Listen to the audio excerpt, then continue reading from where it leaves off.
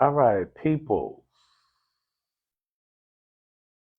Here I'm again for another interesting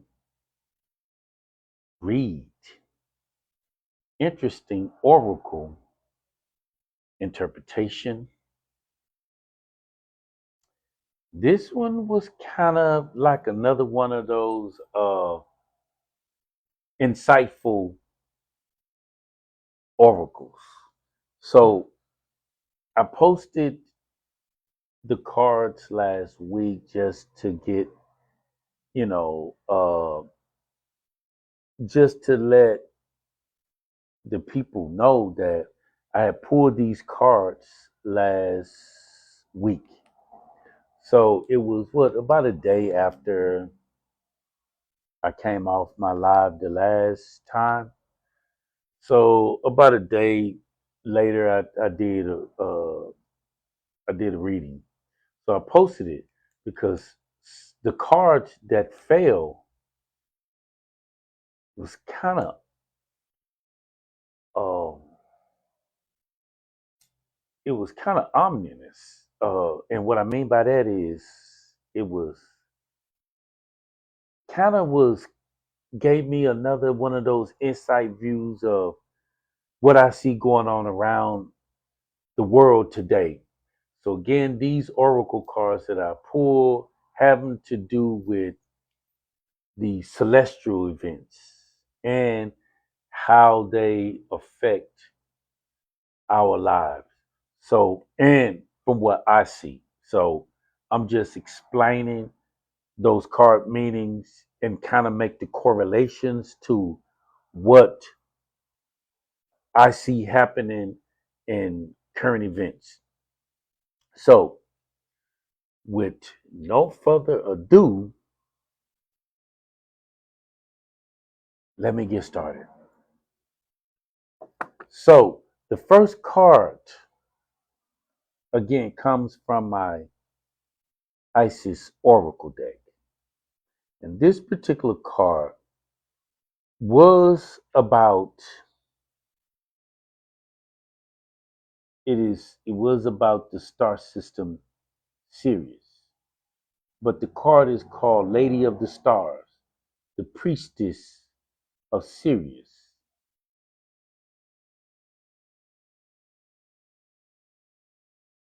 Okay,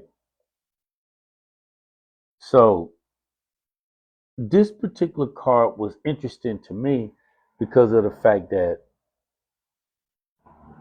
this card had to do with the star system. Now, in those Isis Oracle decks, they generally talk about a lot of the Egyptian day to day, but this particular one gave reference to um, the star system.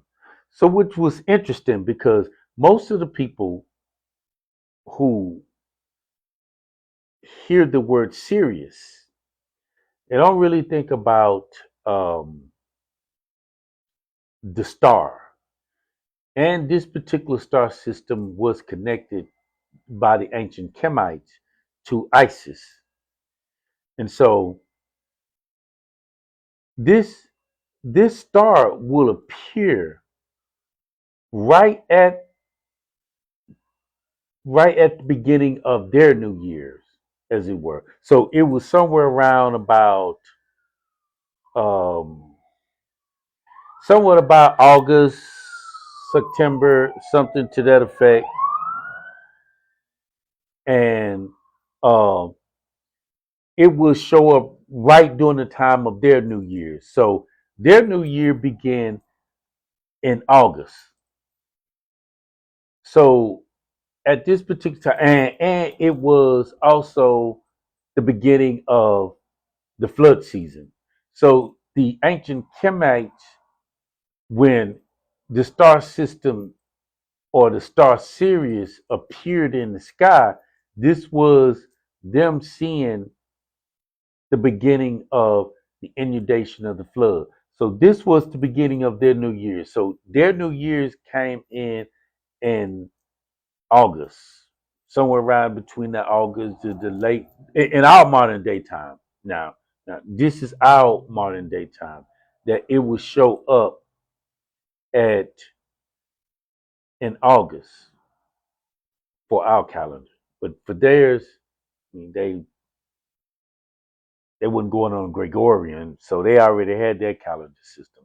So, most of the archaeologists kind of understood that, you know, they did a comparison from the Gregorian calendar to the Egyptian calendar in order for them to understand, the connections to the Egyptian calendar system. But anyway, so it will show up right at that particular time of the new year. So she was like the opener of the new year. Okay. And as a side note, as I was thinking about Sirius, okay, she was referred to in to the Greeks and the Romans as Sothis in Sirius. Now, the Egyptians didn't call it that. It was Sopdet. Okay. And this particular goddess was associated with the flood season of the Nile. Sopdet. It was the Greeks and the Romans when they, renamed the star systems. They called it Sirius. And it kind of made me think today, well, not today, but I was when I was doing the backdrop on it, made me think about, like in the cars, right? And this Sirius that we have as far as like the AI technology. Now, ask yourself, why would they name this particular type of AI feedback system Sirius? And she always, well, it has speak only in a feminine voice. It's a lady voice. So I begin to suspect and think is that the reason why they had it speaking as the lady was because the connection to the ancient um, the ancient goddess that the Greeks and the Egyptian recognized, and um, of course, she was seen as and known as the Lady of the Stars, or she was called the Queen of Heaven, Isis, which was associated with Sopdet. Okay. Uh, so anyway, so at this particular time of the year when the flood season started, and it was, the holiday of the beginning of their new year. So this particular star system only would come into existence. They saw it every 70 days. Okay. So each time throughout the calendar year, it was like every 70 days. Okay. So at the beginning of the inundation, it was it could be seen right at the time of the evening or the beginning of the rising of the sun. So it's right as the sun begin to rise above the horizon.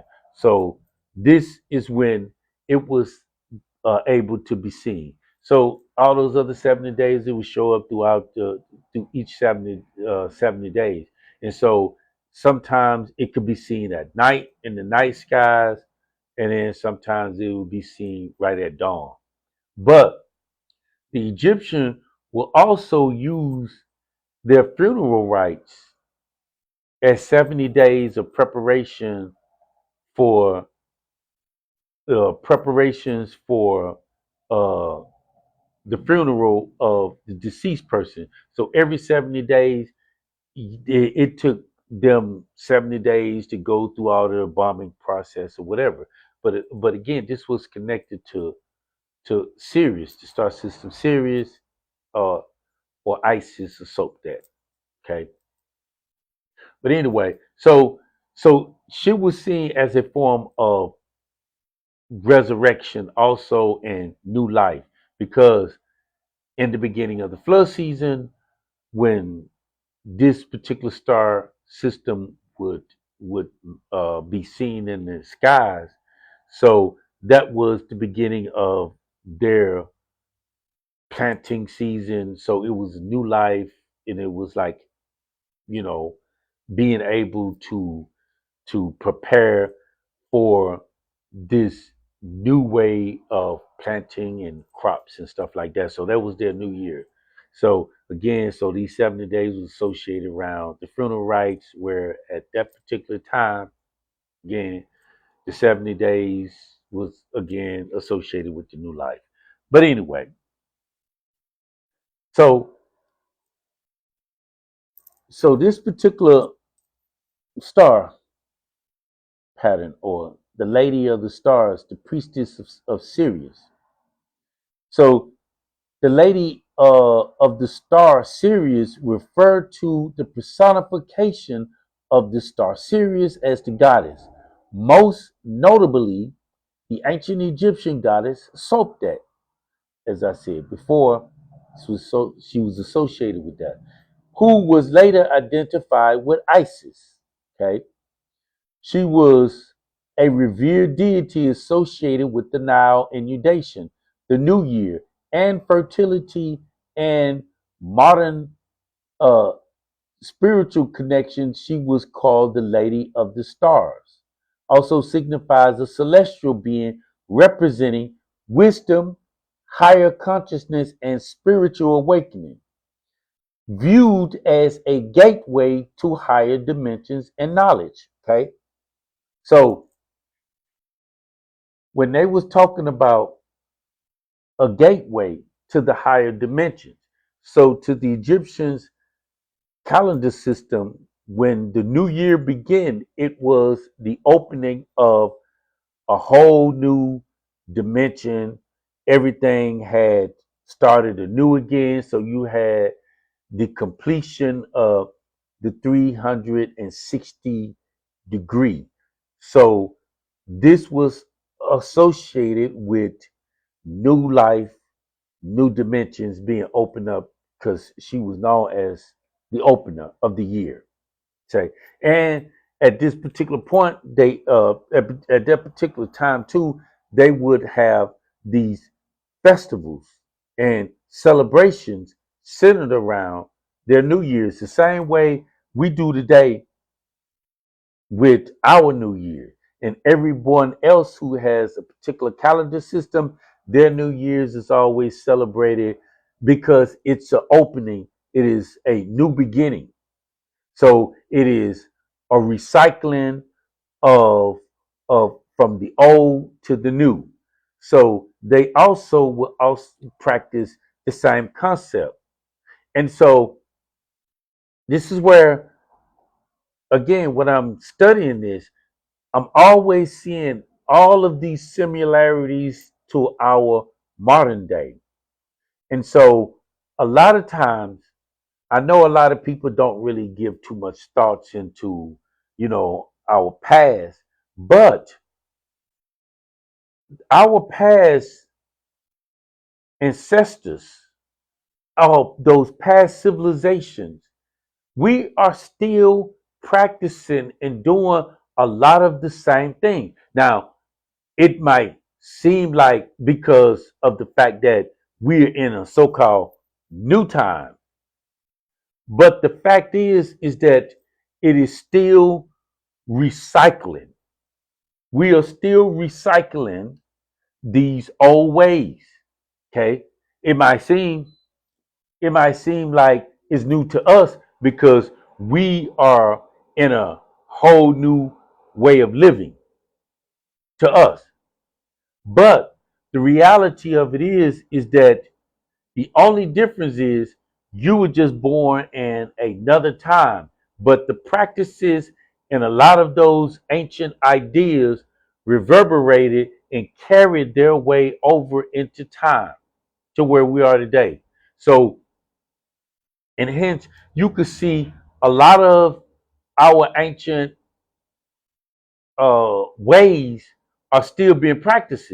Now, a lot of people might not pay attention to it, but again, we are still doing some of the same things that they were doing. So this is where I see when I study Egypt, I see a lot of the similarities, and that's why I'm trying to bring a lot of this stuff to the forefront, just for people to understand that we are still practicing these old ways. Now, I know some of a lot of the things that we're being taught from certain perspectives about our ancient cultures. But if you look deep into it, you will find that it's still the same. It's just that one person might feel like their old custom is better than the other uh, civilization custom, but they still piggyback off of each other, and they still have a symbiotic relationship because all these things converge. Okay, but anyway, um, so in ancient Egypt, again, in ancient Egypt, Sotet was the name of the goddess personified as Sirius.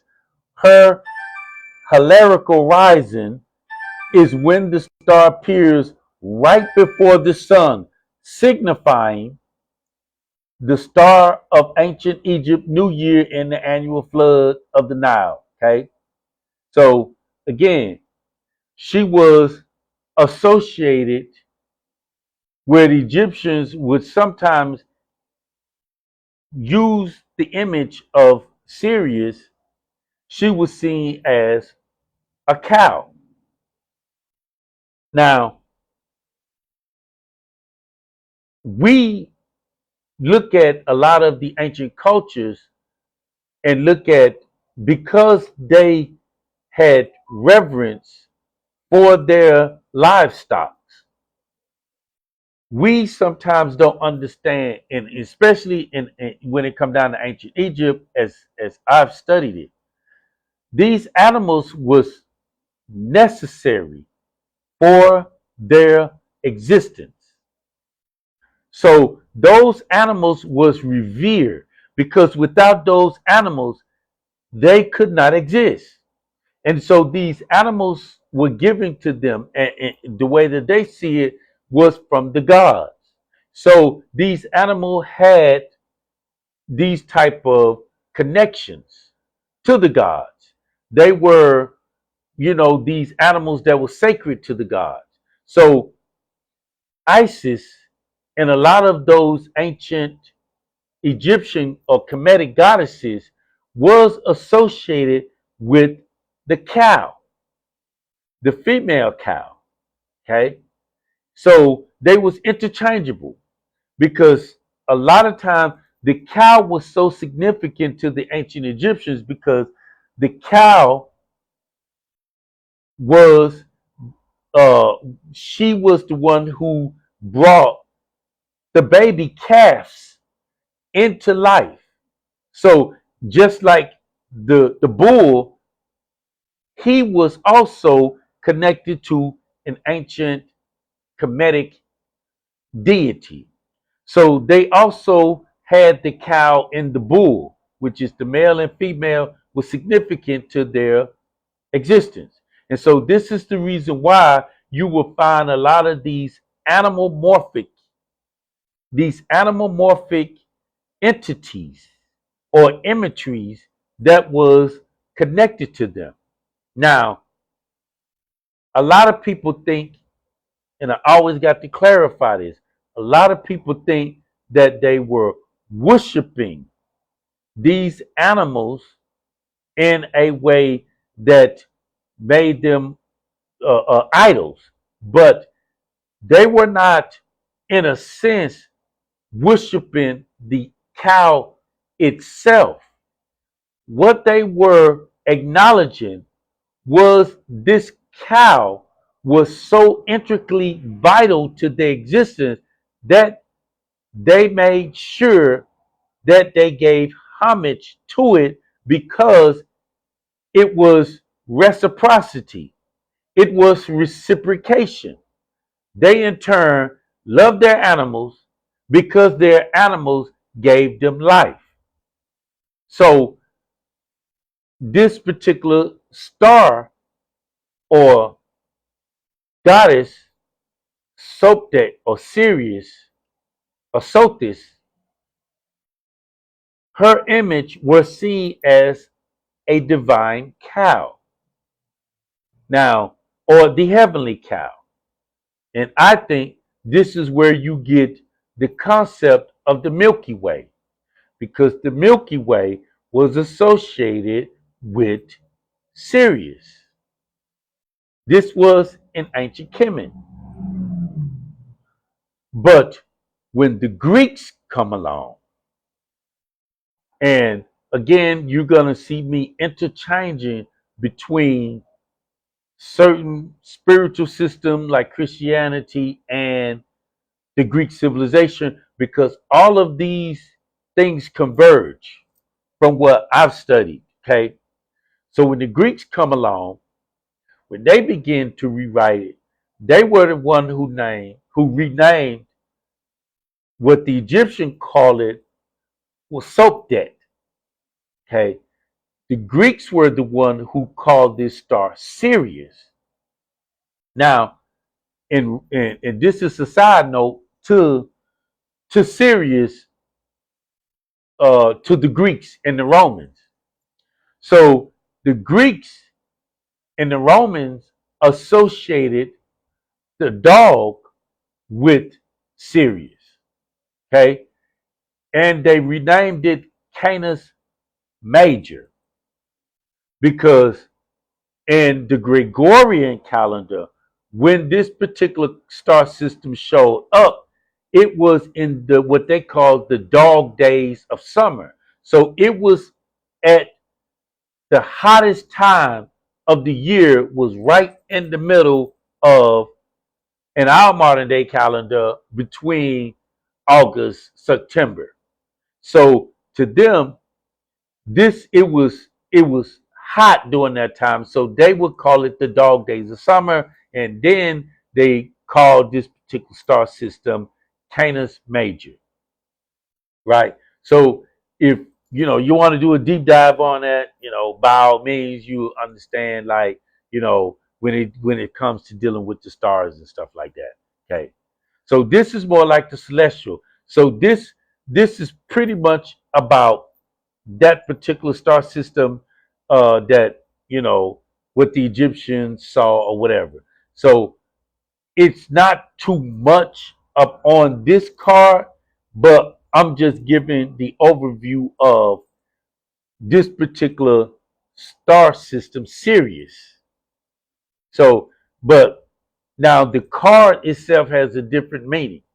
So, this particular card was in reference to the fact that it was saying is that the priestess of Sirius is a celestial goddess, a star of unconditional love and wisdom, and of extreme high vibration. It brings deep soul awakening and spiritual gift of a higher capacity for divine service.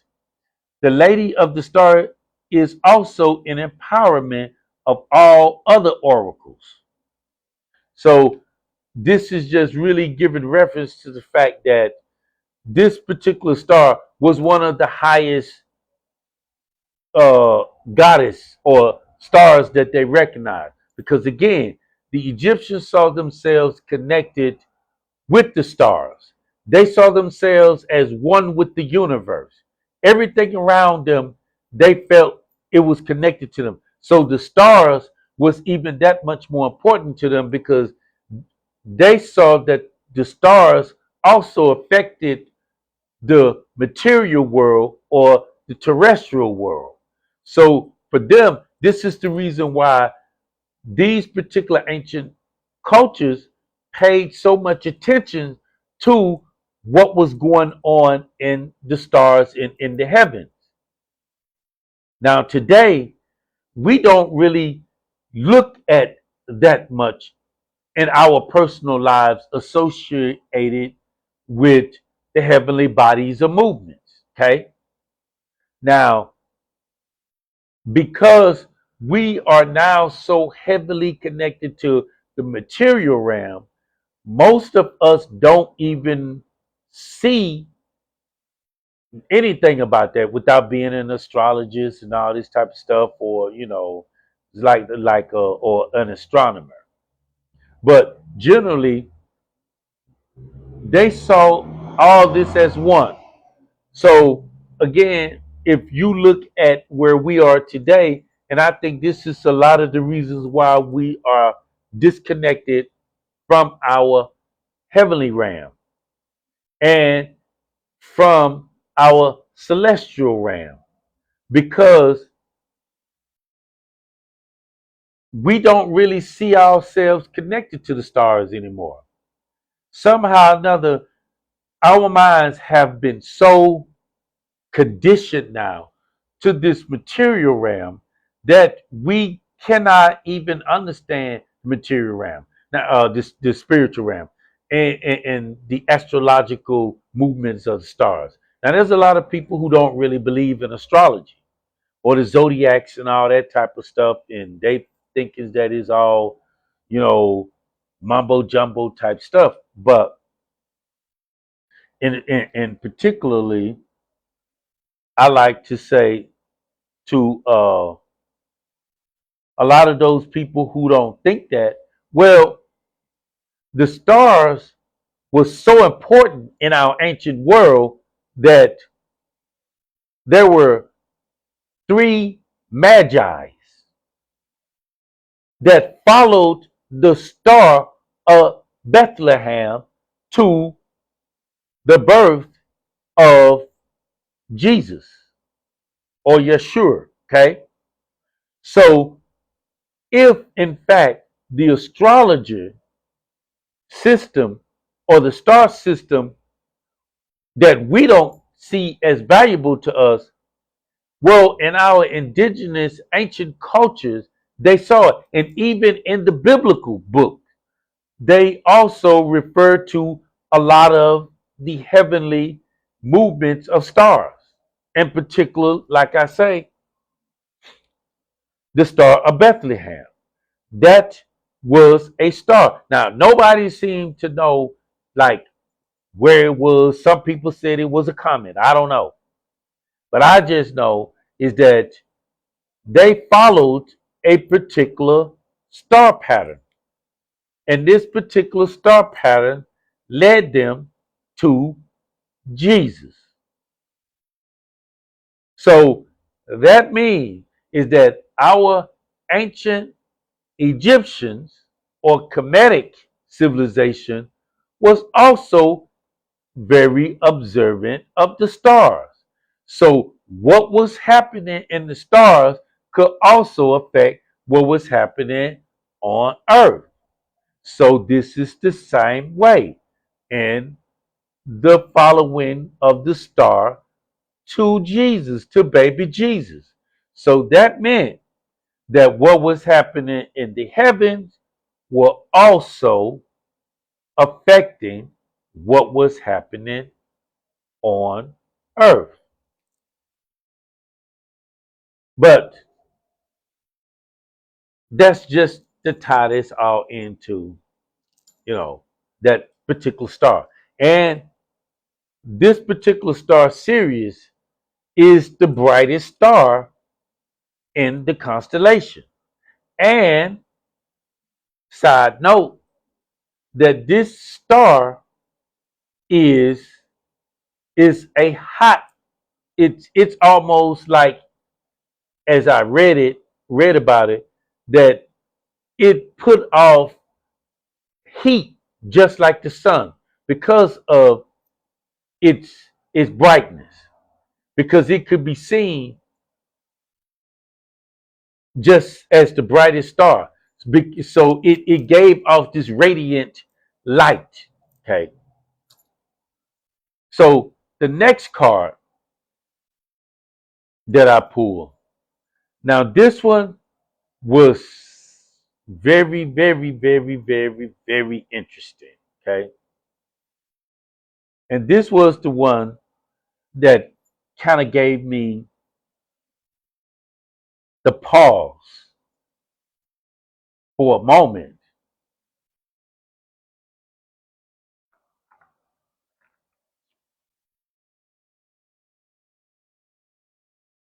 This card is called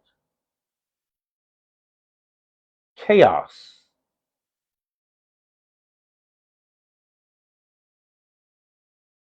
The meaning of it, chaos. So, and what the Egyptians named it, this particular star pattern or this particular deacon was the 11th star alignment that they saw in their calendar year. And it was called Quintet Heret. Okay. And if you see in the card, there is a serpent.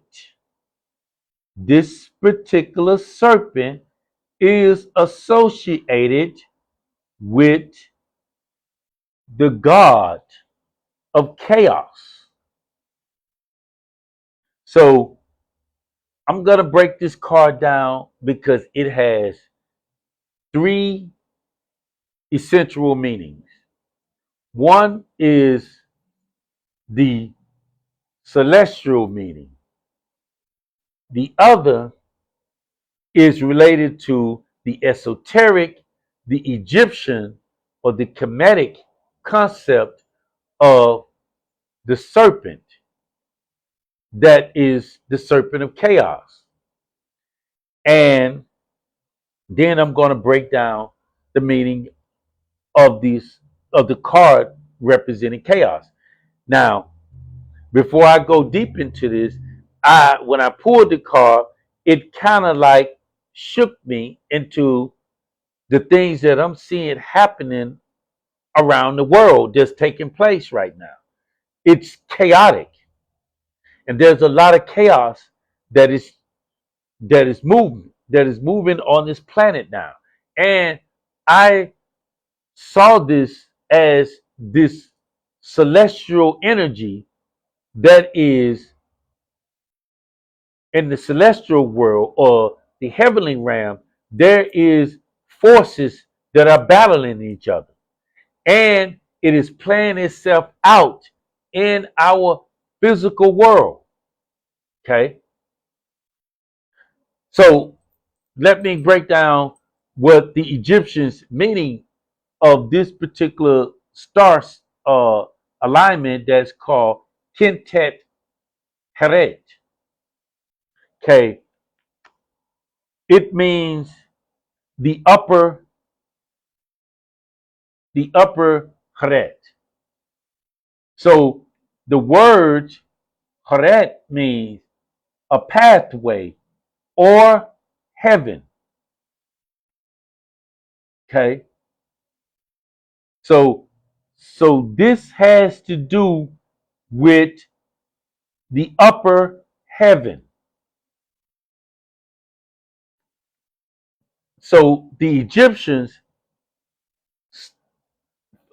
concept was we had two heavens, and I'm gonna break that down because there was one heaven that was above the clouds, and then there was the other heaven that was under the clouds.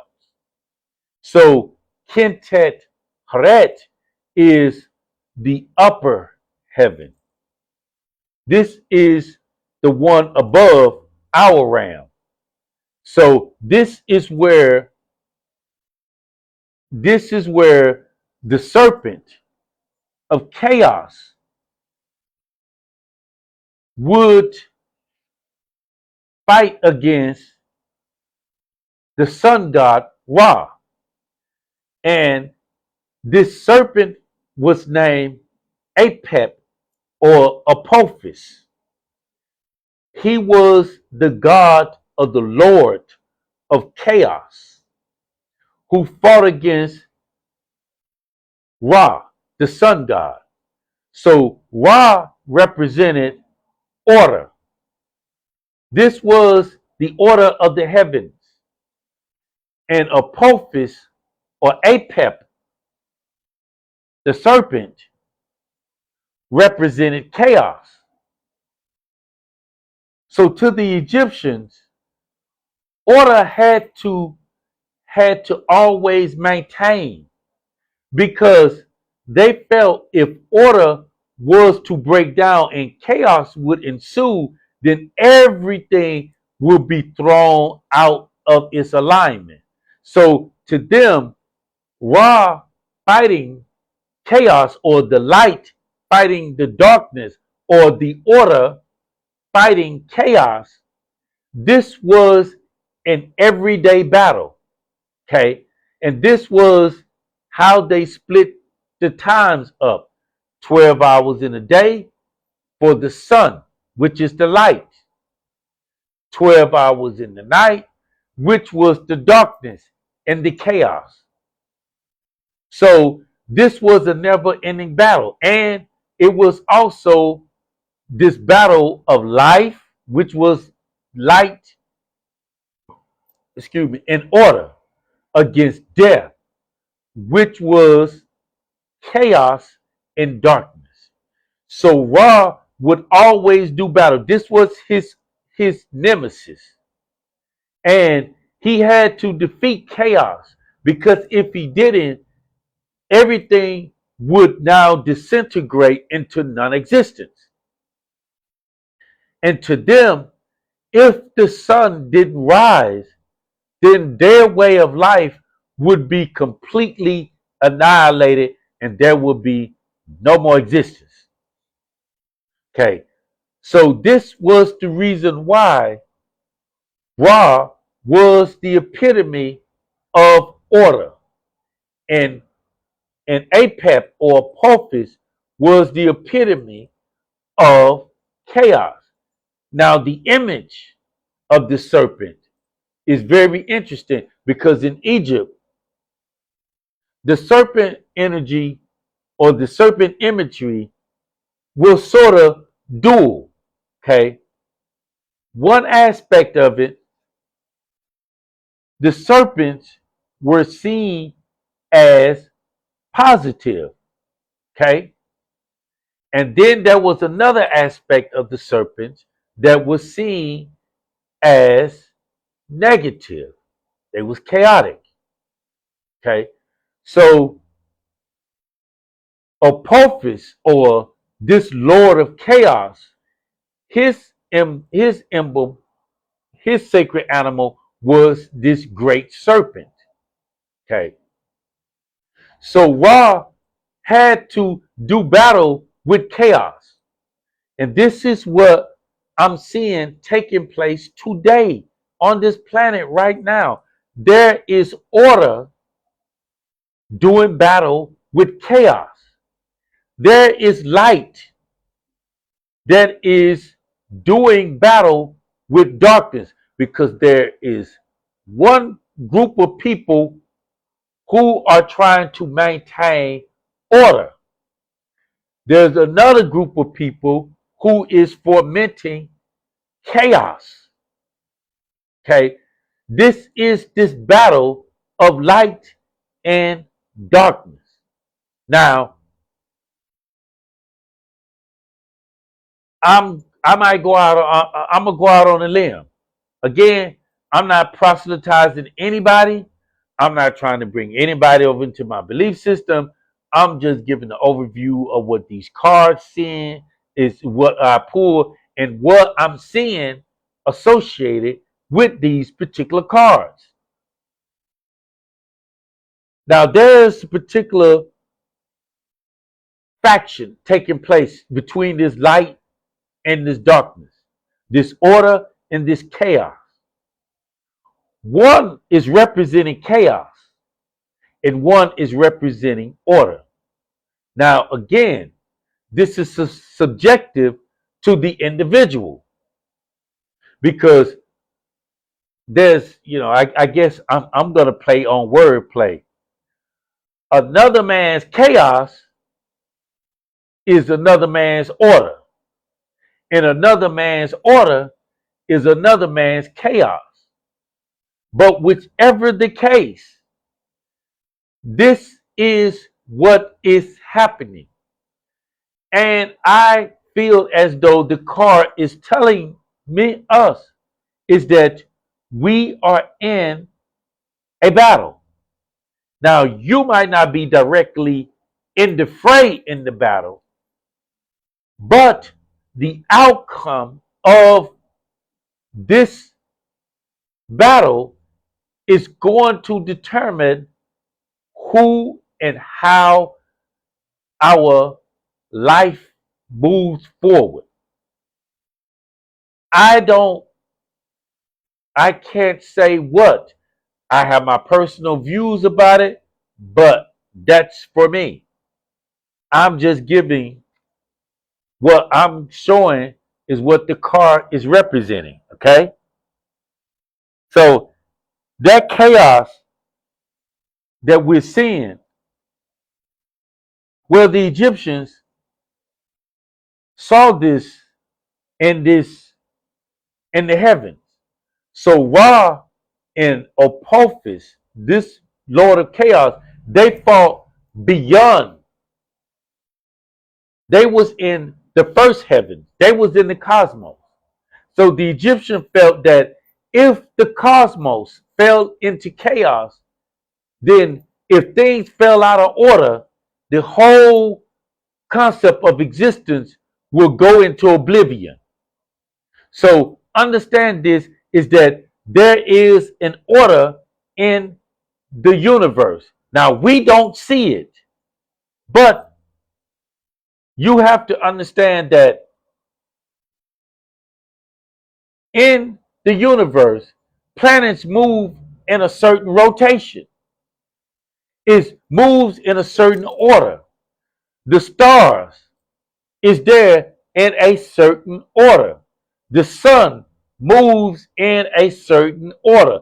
The planet itself rotates in a certain order. Now, if one of those planets will come out of order, it will create chaos within the heavens. So this was what the Egyptians were conveying, this struggle between Ra or the light against Apophis or Apep, the great serpent of chaos. So to them, the sun, if the sun didn't rise, then their way of life would totally come to an end. And so every day and every night, you see this celestial battle took place. And it was a never-ending cycle. And this never-ending cycle has been this way since the beginning of mankind's recording his history and its spiritual system. So in every spiritual system that you read, there is always good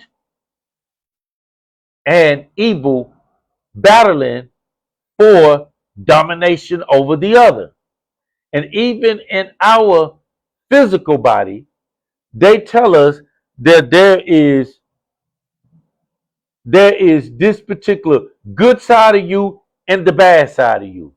But whichever the case, there is an internal conflict that is taking place within us, and that whichever energy that you feed, as someone once told me, this old man told me a long time ago, which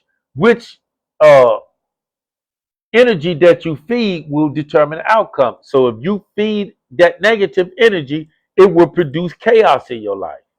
If you feed that positive energy, it will bring balance and order to your life. So this particular card, as it were, was really about the concept of chaos. Now, again, the Egyptians said they saw two heavens, one in the celestial realms where the gods themselves manifested the planets, the stars. The lower heaven was below the clouds where we were, the sky system that we see, or some people think that we are under a dome. But whichever the case, that is the terrestrial part of the heavens that we are at. And there are also these two energies in our particular realm fighting for their control. So there is a darkness and there is a light. And so we're being chose, we're being, I guess we are in a position now that we are being asked to choose sides. Which are you going to be on? And it is looking like to me that it is turning to spiritual, this deep spiritual battle. And the only way you're going to be able to see the truth is if you're going to have that discernment to know when you see an evil taking place. Because this darkness is disguising itself as light. This chaos, this energy of chaos is disguising itself as light. And that light is almost trying to be extinguished. Because this darkness that we're seeing now, this chaos that is taking place now, it seems to me that there are part of us that feel as though we got to put it in the hands of the gods or God. Because when I talk to my dad, he really feels that way, is that, this battle taking place. But I'm one of the other belief where I feel that the battle is within us. And there are people who are trying to influence us and trying to drag us into this chaos. So this particular card also has a meaning about this chaos that said that we have to go through this. This thing that we're going through, it only is going to be in a temporary phase. But again, now, what it produces and the struggles that it produces is going to be hardship.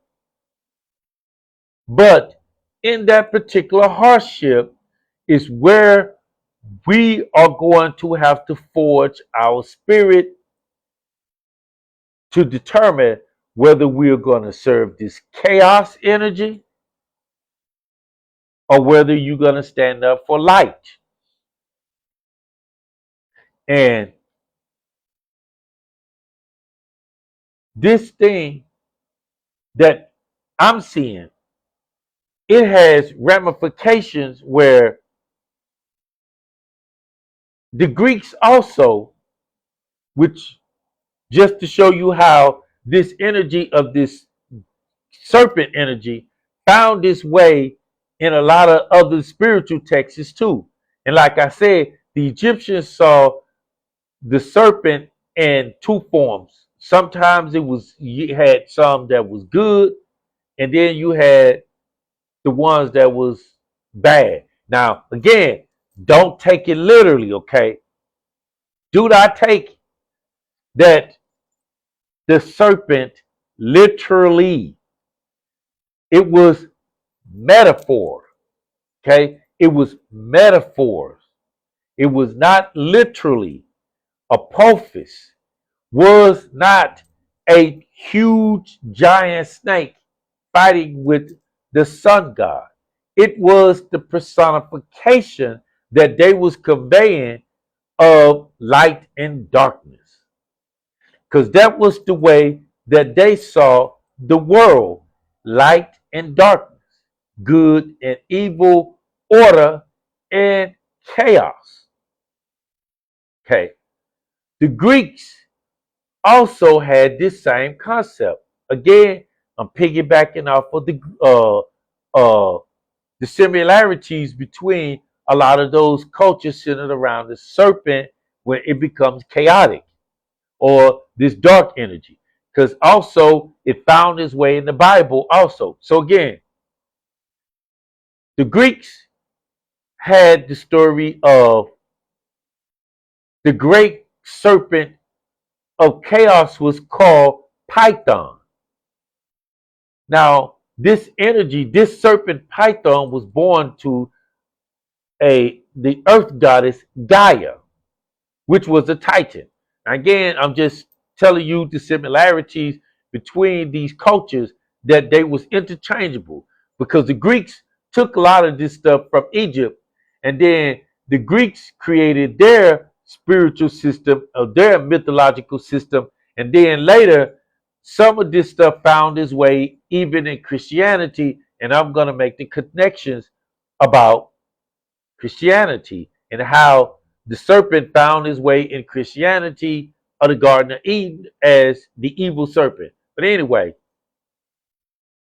so the Greeks had this titan, or this serpent was named Python. Now, the Python was given, well, his mother was Gaia, the earth goddess.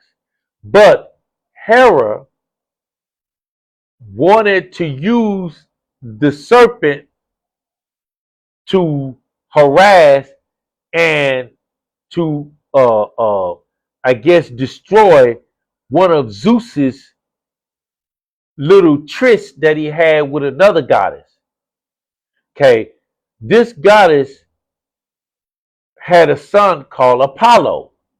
Now Apollo was a sun deity also to the Greeks, just like in the Egyptians, where Amun-Ra was the sun deity that fought against this god of chaos, and the symbology of the serpent named Apep or Apophis.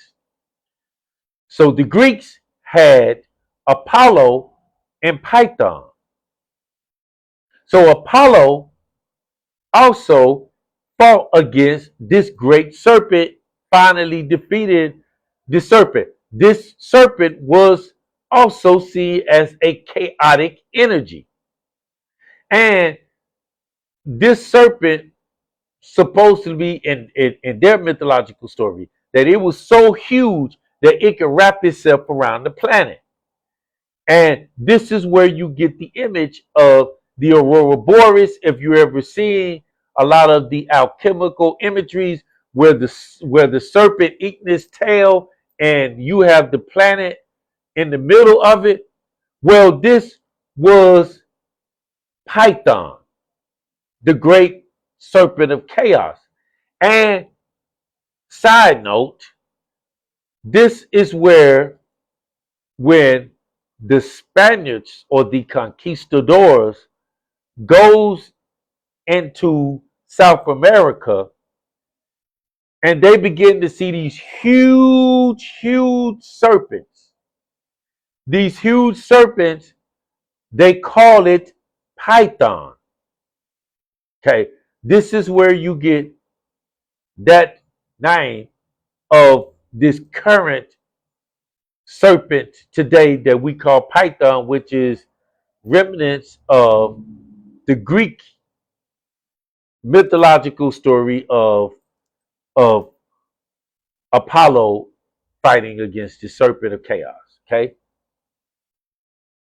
so that serpent of chaos then found its way into the biblical stories. Now, this is where you find the story in the Garden of Eden, where the serpent talks to Eve and it creates chaos in the world of mankind. So, again, this is where you see this imagery of this chaos. It came from the ancient Egyptians. Okay. And it interconnected and found its way throughout the time. And these stories was handed down throughout time. Okay. Hold on for a minute, y'all. Hold on. My sinus is acting up and I gotta spray. I gotta spray my sinus.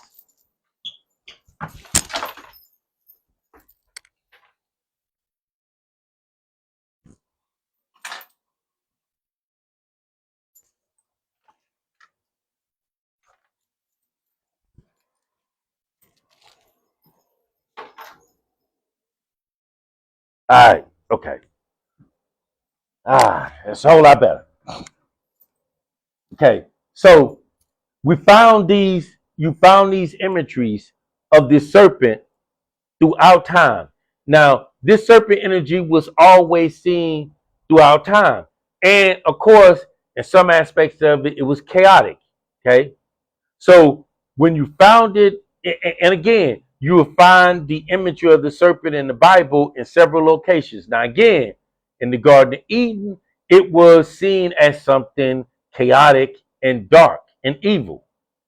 Now, by the time Moses them comes out of Egypt and into the wilderness, Moses had a bronze serpent put on a staff, or what it was. So when the Hebrews were being bitten by by serpents as they was wandering in the wilderness, and he had this bronze serpent erected. So those people were told if you was bitten by a poisonous snake, you touch the bronze serpent and it will heal you.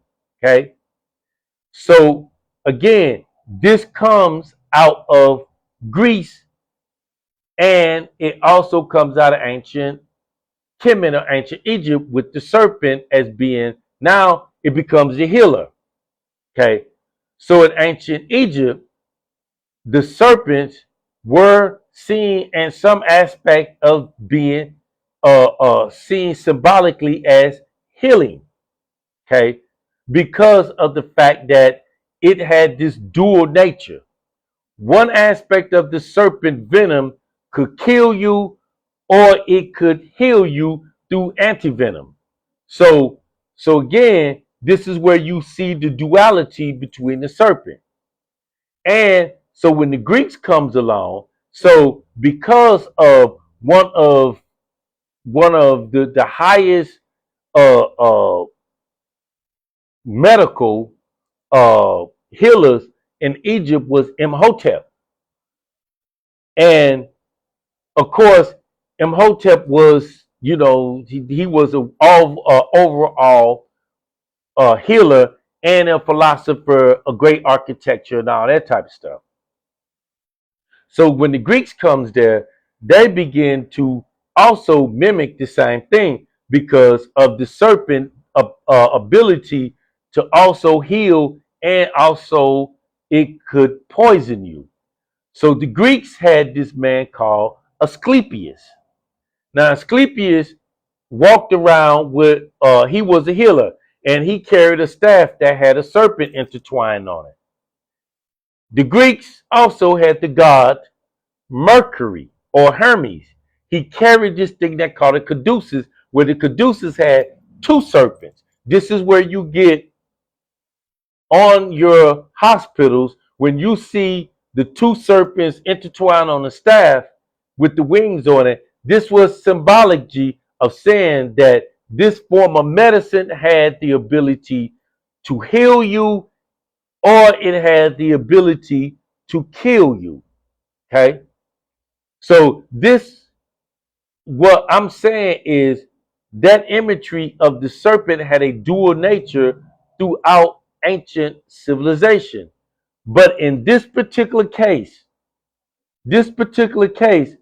this serpent or Apophis or Apap, he had, this was representative of this chaos energy that the sun god had to fight every day in order to make sure and ensure that life would continue to process. So the reason why they was conveying these through these imageries that we're seeing in these glyphs, that was for their time, because that was how they communicated through their languages, was through imagery. Now they did have a phonetic system based around imagery, so to them that was how they was conveying their their literal works to their population. Now today we don't do that, we use alphabets, but overall we have this imagery of the chaos serpent in the Garden of Eden and all this type of stuff. But it also kind of made me think about something too, about this chaotic energy that was associated with the serpent in the Garden of Eden, or what we call the devil as the serpent.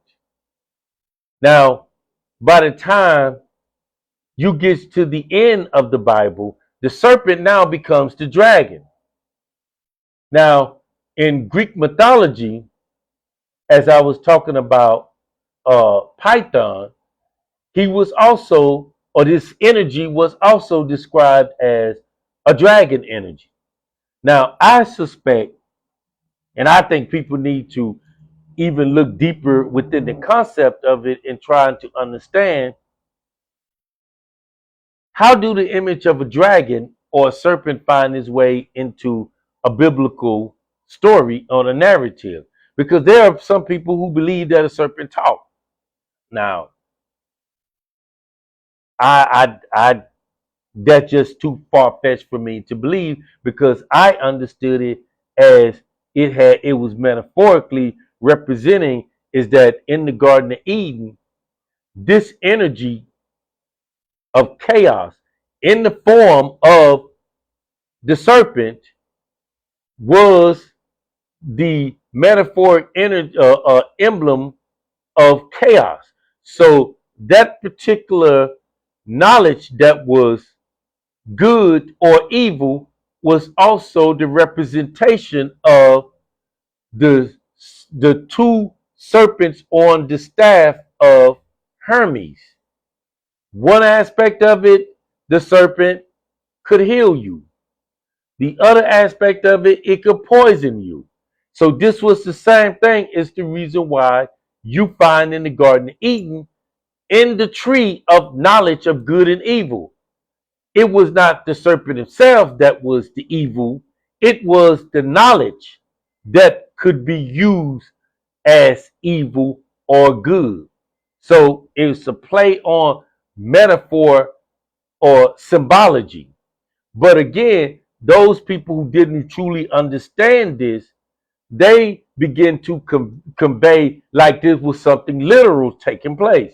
Because again, me growing up in the household and my mama, telling us, and we reading these biblical stories, and we, in all of my half of my life, I'm growing up thinking like, yeah, there was a serpent talking to the woman, and it was in the form of the devil disguising himself as a serpent snake talking to the woman. So as I begin to get older and go deep into the esoteric, you begin to realize that a lot of that stuff is just metaphor. And because if you don't understand the metaphor meanings of things, and you being told certain things was literally, then you will you would be hard pressed to understand the spiritual symbolic meaning to it. Because still to this day, as it were, there are some people who still believe that a snake talks.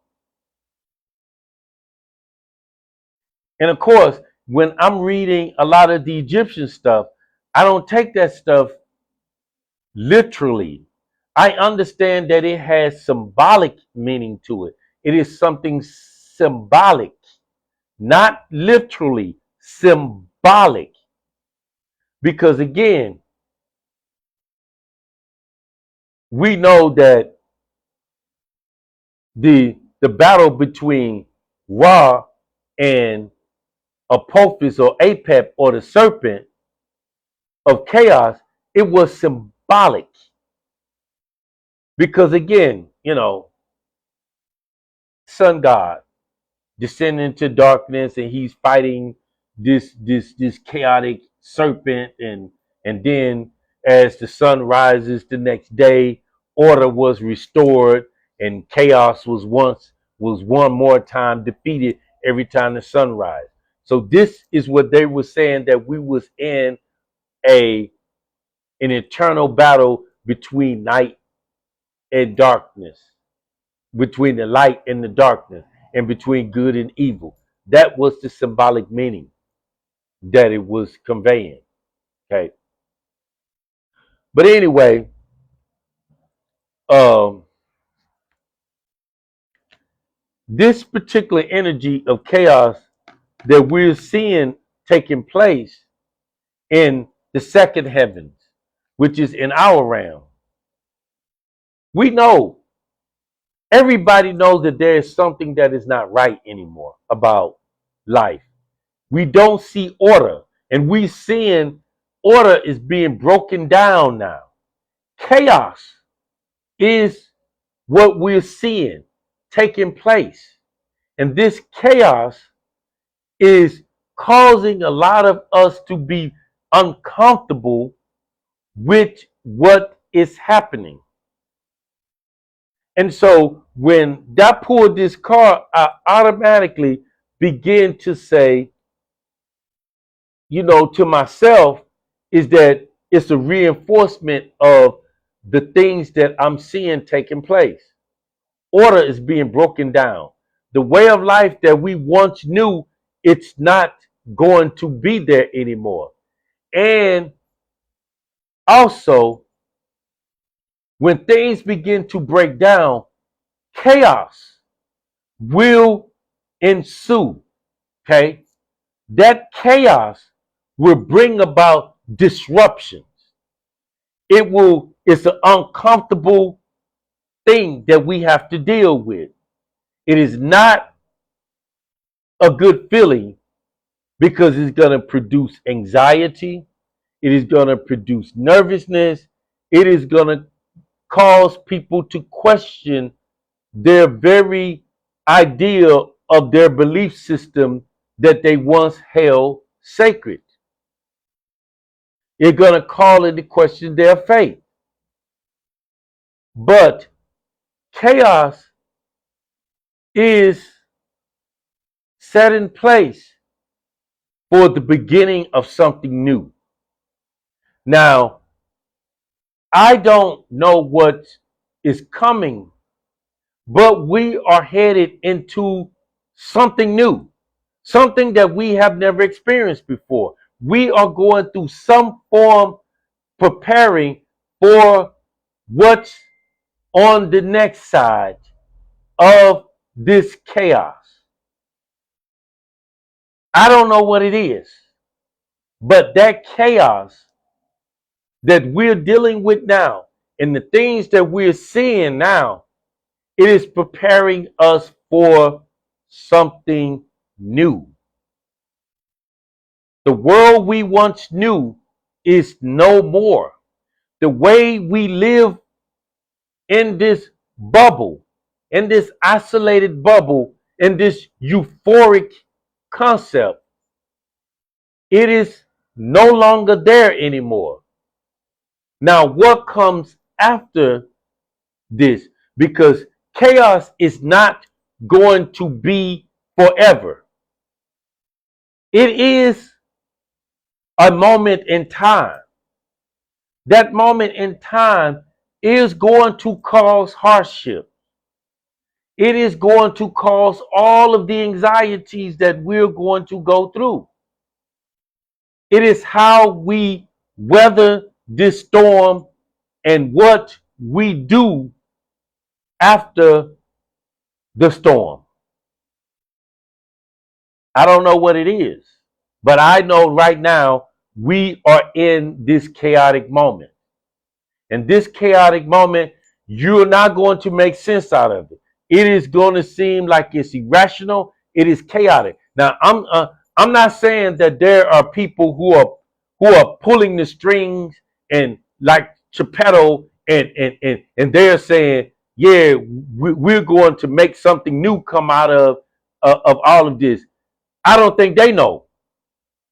I think what they're doing is they're trying to fulfill something in their minds that they feel is good, but it has a tad bit of darkness to it. It has an element of darkness. And this chaotic energy is making them people see and believe that what they are doing is for the light, but they are serving darkness. So I don't think they know what is coming out of it, but we are all in it for the ride. And there's nothing that we can do about it now. It is here. It is and whatever it is. Now I know there's people who, if you on the Christian concept of it, and we see a lot of this taking place. A lot of the Christian concept of Armageddon and all this type of stuff and revelations and end times. Well, people need to understand, if you read this Bible, what you confessing that you are talking about doing, you understand that it is going to be a breakdown of order. And they are not in control of it, because Revelation said that no, this everybody is going to feel this pain. The good will suffer with the bad. I know I'm deviating from my Egyptian concept, but it's still, I still want to bring all of this in, because this was exactly what the ancient Kemetic people understood too, because their world came to an end. And that signified to them that chaos had ultimately won the battle of the day over order, because their civilization crashed. So their gods did not protect them, as it were, because Ra could not stave off chaos. This form of chaos is a form of change. And to them, their civilization changed. Something new comes out of the old. And I suspect, and I feel that this is where we're at, because even all civilization had to go through that, because in the times of collapsing, chaos ensues. And as I read all of those ancient cultures, and I'm a student of history, the very concepts are always taking place. The Roman Empire never thought that their mighty civilization will also come to an end. And of course, the Egyptians never thought it. The Aztecs never thought their civilization will come to an end. And so forth and so forth. The British Empire never thought that that their civilization will come to an end. And so here we are right now. We are in this moment of chaos. And there is the destruction of the old ways. And it is going to usher in something new. I don't know what it is. I can't say. I peeked behind the curtains trying to figure out. The only thing is just telling me the cards are speaking to me is just it is something taking place in the heavenly realm also. Okay. That heavenly realm is based upon what the gods in his negativity energy is fighting for the control and domination of our physical world also. But, you know, that was a very interesting aspect of that particular card. Okay. So now this is kind of like interesting too, because the other card that I pulled also sort of like conveyed a message. But as I was shuffling my decks and I pulled this chaos card. So as I pulled those cards, now I usually have all my cards like flipped over. So I don't know what I'm gonna pull until I pull a card. So I'm shuffling up the deck and all like this. There was one card that was upright as I was shuffling in the deck. So this is me. I'm just saying, could be some divineness that was speaking to me because all the other cards was flipped over, but this other particular card that came out of it was this card right here. This card is called Set. Okay. Now I'm gonna tie this all into how this worked and how these two cards interplay with each other. Because remember when I told you that the Egyptians believed in this concept of the two heavens. Okay, there was the heavens that was in the celestial realm, that was above our world where the stars and the planets avail. And the second heaven was that which was underneath the clouds. That was in our realm. This was in the material realm where the second heaven was. Because when we look up and we see the clouds and stuff, that is the second heaven. Because we can't see beyond that. And that the first heaven is beyond this realm. So this card just happened to be the only card in my deck that was upright. And it was this card called Set. And if you understand the ancient Kemetic people, Set was the he was this entity or this deity that killed his brother to usurp his brother's throne. Set, or Sutek as the ancient Kemetic people call him, he was the physical deity or the lord of chaos in the physical world. Apep or Apophis was the chaotic entity of the celestial realm. Set was the chaotic energy or deity of the physical world. So if you look at this card, you see it says leadership. And what you see is this guy prodding and poking this man or his servant that's carrying a water jug or some type of jug on his shoulder. Now, this card makes me feel, and what it was conveying, what the oracles was conveying to me, is that it is our leadership that is in this chaotic moment in time. It is this leadership, this chaotic deity in leadership that is prodding us along.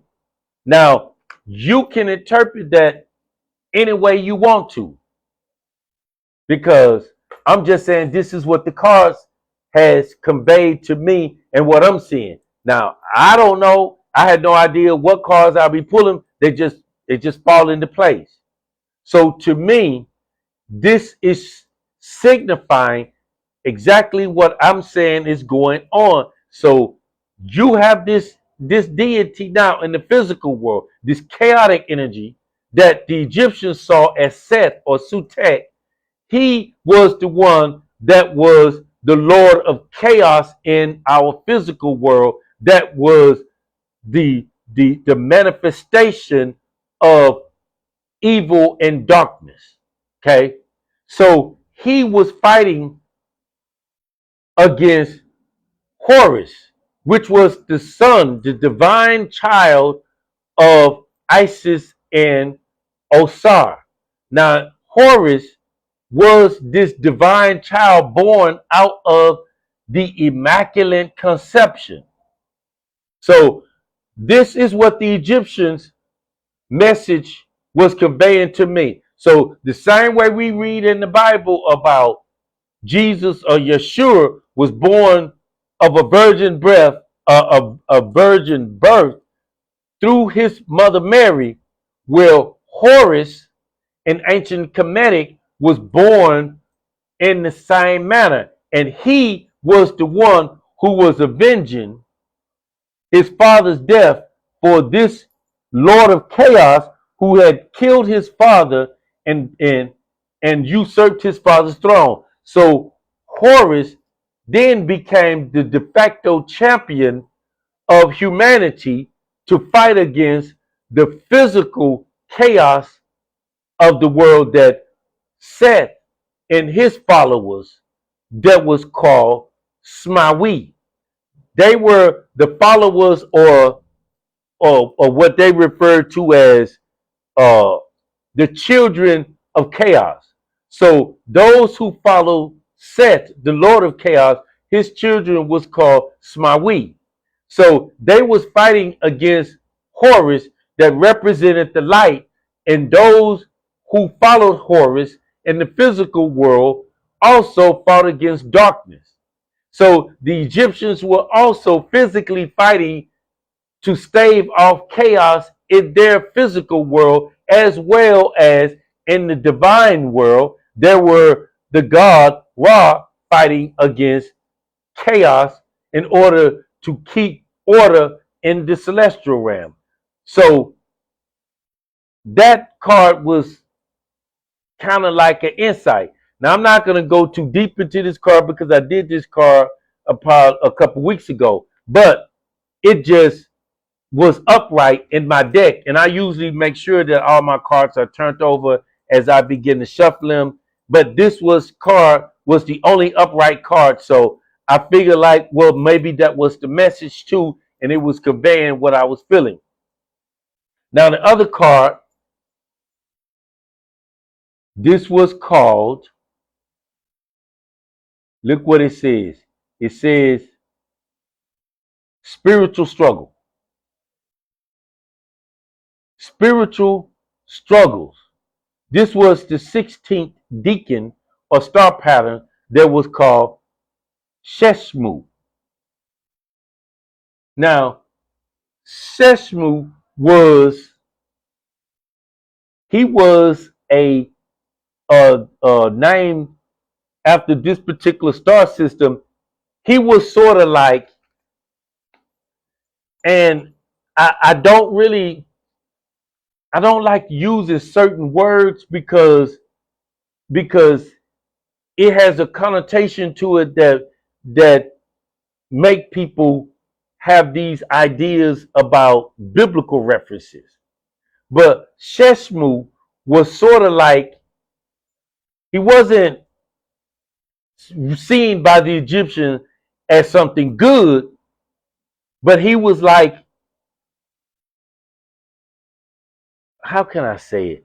I don't want to use the word demon because he really wasn't like that, because he was in service of killing off the negative energy. But the way that he did it was he was known as the slaughterer, right? So all those deities or energies that went against order, he was the one that came in mopping up, and he was known as the slaughterer. He was the one that in the underworld, he was the one that was doing the battle and cutting off the heads of all of those energies of deities that was going against the natural order. So he was seen as not in a sense as a demon per se, but he had this type of tenacity that a regular person or the other gods didn't really have, because he was willing to do the necessary evil in order to usurp this chaos energy. And it's kind of like bringing me into these type of concepts, right? So you got these two chaotic energies taking place. One is in the heavens and one is in the physical world. And you got this energy of Seshmu, who comes in as this force that, because he was called the Lord of Blood. He was called the slaughterer of the souls. He was the butcher of the gods. He was the one that dismembered those entities that he went to war with. Again, but it is the spiritual struggle. So again, he was not seen by the Egyptians as evil, but he was this force that, they didn't want to get too close to him because of his volatileness. He was a volatile deity that was seen as he was the one that causes blood to be spilled. And this was where you see here in this picture, you see people that are stepping on grapes.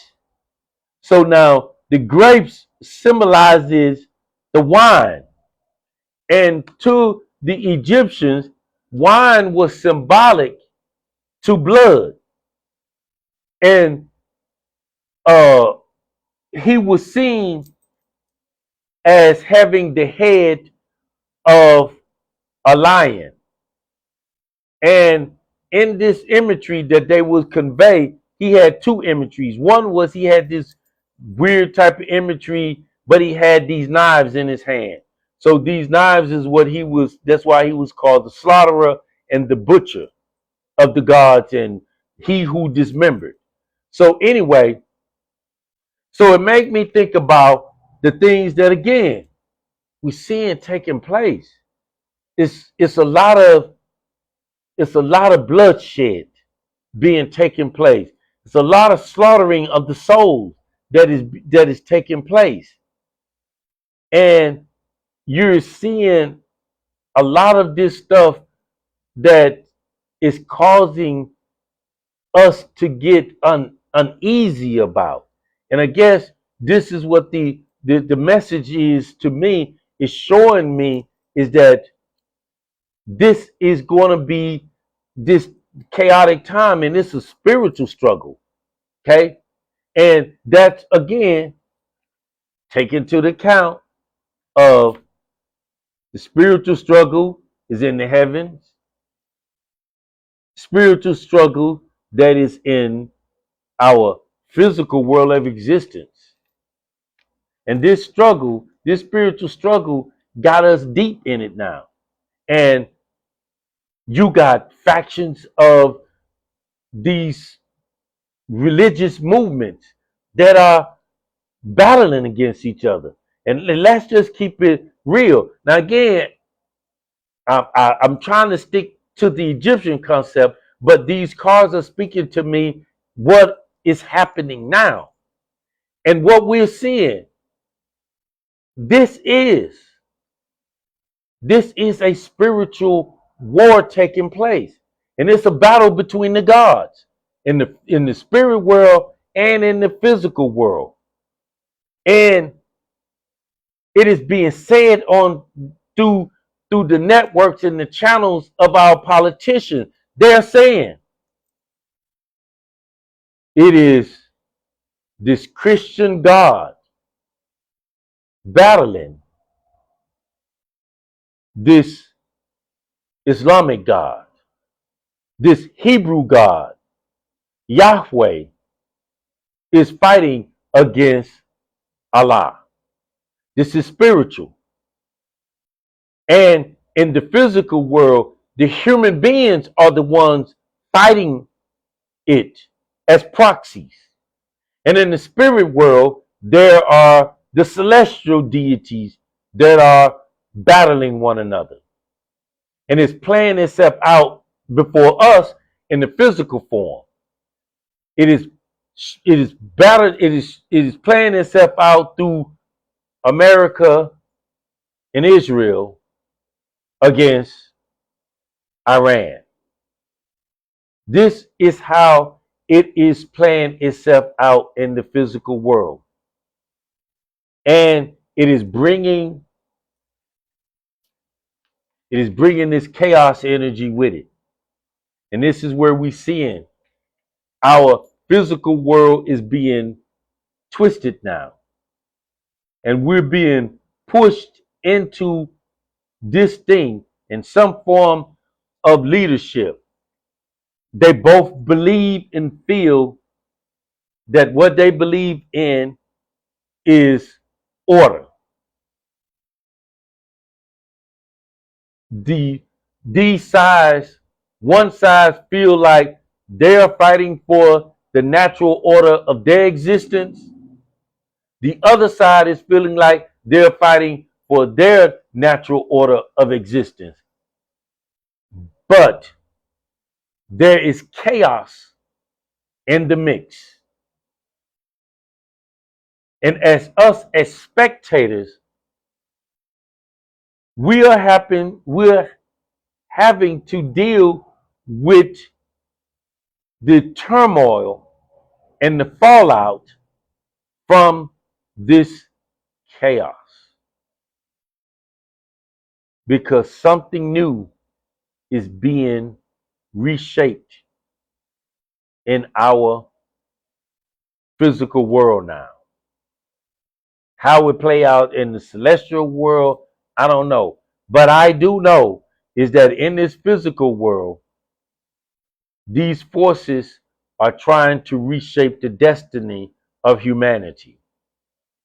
So there's if the chaos win, we're gonna be thrown into this darkness for a while. I don't have a dog in the fight. I'm just looking at the things that I'm seeing taking place. But we all know the difference between good and evil. Now, I'm not talking about being propagandized by Fox News. I'm just saying making your own assessments of what you understand in your heart is right and what is wrong. And there is nothing in between. But those three cards was, I don't know, it's just it kind of left me in a somber slumber mood, because to be honest with you, I was really debating on if I should even do these cards interpretation, because it just had such a remarkable, uncanny connections to what I'm seeing taking place.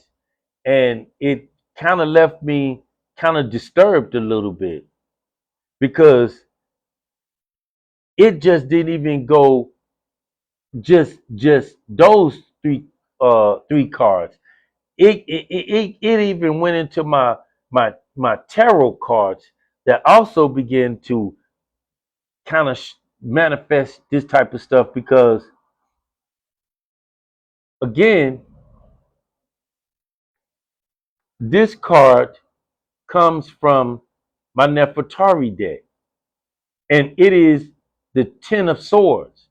And if you look carefully, you will see that there are women crying. So remember my last video I did when I was talking about that festival that is called the Lamentation or the Lament.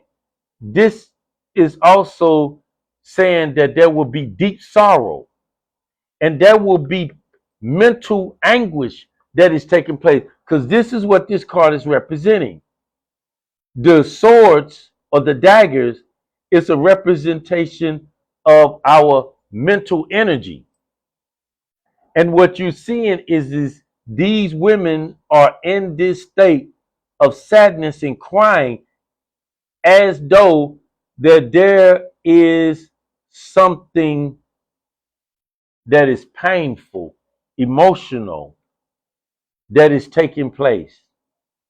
And this also had me looking at the connection between those cards because the Ten of Swords, it represents the ultimate combination of mental suffering, betrayal, total defeat. It signifies hitting rock bottom, yet offers a paradoxical message of necessity. It is about finalization and absolute endings that allows for new positive beginnings. The end of a painful cycle indicating that no more fixing or resisting is possible. It's it's about it's showing mental over someone or these women are being mentally overwhelmed. The peak of stress and anxiety and mental anguish. This betrayal and defeat associated with feelings of being backstabbed or double crossed. It is about letting go or surrendering to a situation that is already over. It is about releasing pain, acknowledging deep wounds, and letting go of the pain. It is about ruins, finality, catastrophic events, suffering, afflictions, sadness, desolation, and impossibilities.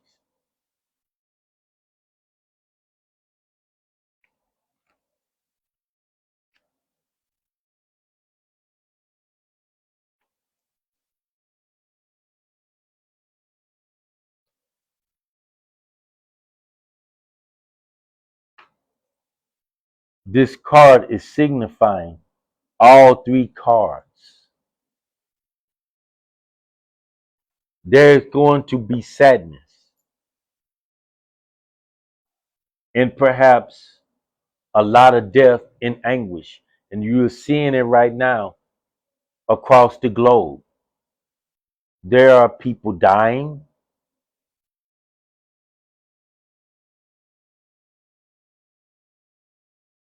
and there are a lot of hurt and sadness and suffering. And we're seeing it. And again, these cards, when I pulled those cards, I had no idea what. It's just when I'm pulling them, I'm like, oh man.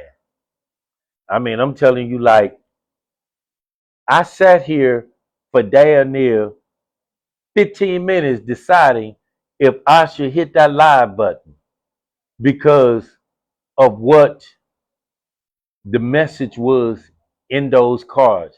And it's not, it just don't seem like there's a good outcome. Okay. So the next card that I pulled comes from my Egyptian tarot deck. So this was the Three of Wands. Okay. So the wands are about your energy. This is about your energy. So anyway, let me. Uh, so this is going to be about. Hold on. Let me get my reference in, and then I can piggyback on this. Okay. So what this is, and I did a deep dive on this card also. The crazy part about it is this card and the astrological connection. It is the sun in Aries. So this is about energy. Okay. It's about harnessing your inner fire and create a solid future, urging you to be true to your personal path as you move into a time of growth. Okay. So what I take from that is that as we come out of this chaotic time, if you stay true to your personal path that you are moving towards and keeping your mind focused or your energy focused, it will produce this growth. Because if you see this papyri flower, the plant is growing within the wands, and the wands representing your energy. And so this is about a positive insight in harnessing your inner power, your inner strength in order for you to find your happiness. Because if we don't keep our energy up, this is like all this stuff that you're seeing going on around you, it will drain you. Okay. And that also has an effect on your mental, because these daggers represent that mental. And when your mental begins to get affected, it also affects your physical energy. And so what this is signifying is to keep your energy positive at this moment. I'm not saying not to not understand where you are closing your eyes to what is going on around you. But you got to find some type of positive energy for your health, because your mental is tied to your physical. If your mental is, when we dealing with all of this chaotic energy, as it produces this anxiety, it'll also affect you physically, because this is where depression comes from. Depression affects your physical, because when you're mentally affected, depression leaves you tired, it leaves you drained, it leaves you not wanting to do anything. And so now you become stagnated in your physical, and your physical begins to deteriorate due to your mental. Because if you become mentally unbalanced, it also affects you physically, and it releases these cortisols within your body that also causes stress. Stress breaks down your neurological, physical aspects of yourself. So try to stay as mentally and physically positive as much as you can, because your health is your wealth. Okay? Your health is your wealth, not your money.